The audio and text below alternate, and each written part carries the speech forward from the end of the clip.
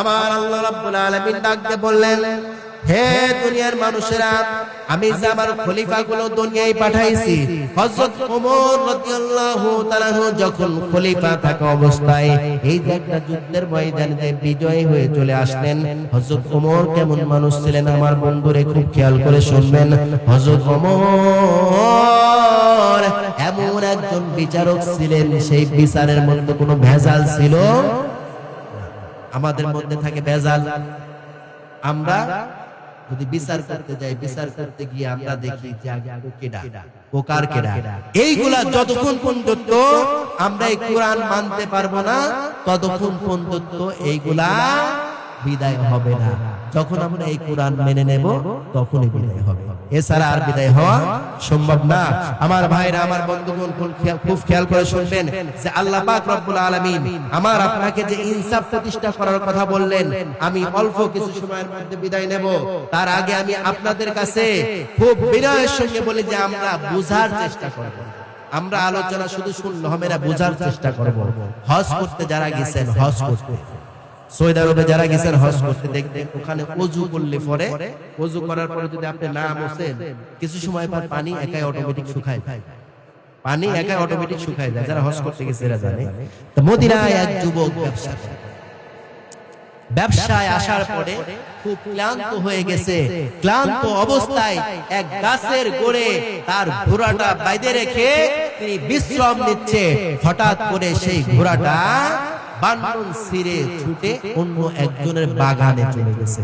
বাগানে যাওয়ার পরে সেই বাগানের কিছু গাছ গাছালিগুলা নষ্ট হয়ে গেছে।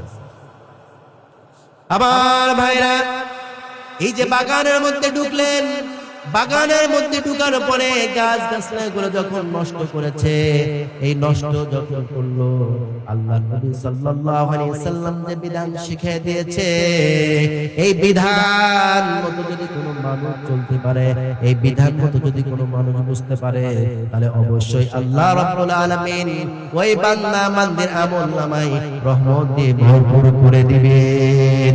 আমার ভাইরা, ওই যুবকটা যখন ঘোড়াটা ওই গাছের কোণে বাঁধিয়া যখন ঘুম এসেছে, ঘুম আসার পরে যখন ওই যুবকটার ঘোড়া যখন অন্য জায়গায় গিয়ে অন্য বাগানটা যখন ভেঙে ফেলেছে, আমার বন্ধুরে খুব দিলের কান লাগাবেন, যখন ভেঙে ফেলার পরে ওই বাগানের যে মালিক, ওই মালিক এসে দেখে আমার বাগানগুলো ভেঙে চূর্ণ বিচূর্ণ করে দিয়েছে।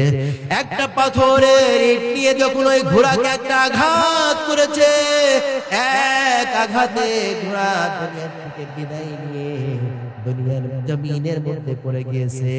এবার মুরব্বিটা চিন্তা করলো, আমি কি করলাম? খুব খেয়াল করে শুনবেন। মুরব্বি চিন্তা করলো, আমি কি করলাম যে আমি অন্য একজন মানুষের ঘোড়াকে মেরে ফেললাম। আমরা হলে পরে ঘোড়া মারা গেছে, আমি এখন পালাই। কিন্তু লোকটা কি চিন্তা করলেন যে ঘোড়াটা আমি মারলাম, কিয়ামতের ময়দানে আল্লাহর আসামির কাঠ দ্বারায় আমাকে দাঁড়ানো লাগবে, এই ভয়তে তিনি চলে গেলেন না, তিনি ওই জায়গায় দাঁড়ায় থাকলেন। এখন ওই যুবকটা উঠার পরে ওই যুবকটা যখন জাগ্রত হয়েছে, জাগ্রত হয়ে দেখে যে না, ঘোড়া এখানে, আমার ঘোড়া এখানে নাই, আমার ঘোড়া ছুটে কোথায় গেল?